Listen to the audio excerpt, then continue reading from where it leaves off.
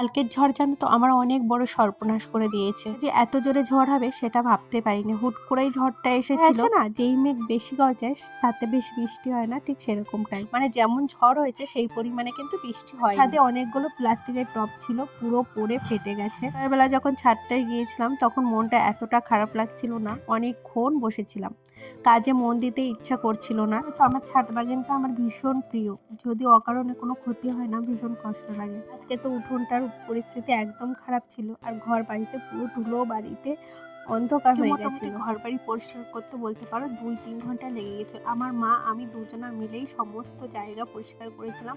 আর ঘরে জানো তো অনেক ধুলোবালি ঢুকে গেছে, আমার মাথার সাইডে বাড়ি, তাই সমস্ত ধুলোবালিটা উড়ে কিন্তু আমার ঘরেই ঢুকে। আর আজকে না বেশ কিছু ভোলা মাছ রেখেছিলাম, মা বলেছে পাতায় রান্না করতে। আমি কলা পাতায় রান্না করতে খুব একটা ভালো পারি না, যতবারই চেষ্টা করেছি ততবারই উল্টে পাল্টে গেছে, মানে তেল বেরিয়ে যায়। যাই হোক, ওইদিকে মাছ কেটে বরের জুতোটা ধুয়ে ফেললাম। এবারে চলে এসেছিলাম ছাদে কিছু সবজি নেব বলে। আর অনেকগুলো লাউ হয়েছে জানো তো, তো দুটো বুড়ো হয়ে গেছে আর দুটো পেরে নিয়ে এসেছিলাম।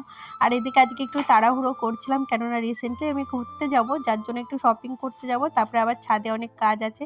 আজকে মাছ পাতায় রান্না করেছিলাম, আমি লাউ ভেজেছিলাম, মা মাছ পাতাটাই রান্না করেছিল। চলে এসেছিলাম ছাদে, এগুলো রোদ দিয়েছিলাম সেগুলাই ভরবো বলে। আজকে কি কি কিনলাম সেটা দেখাবো নেক্সট ভিডিওতে। আসতে হবে, আসি।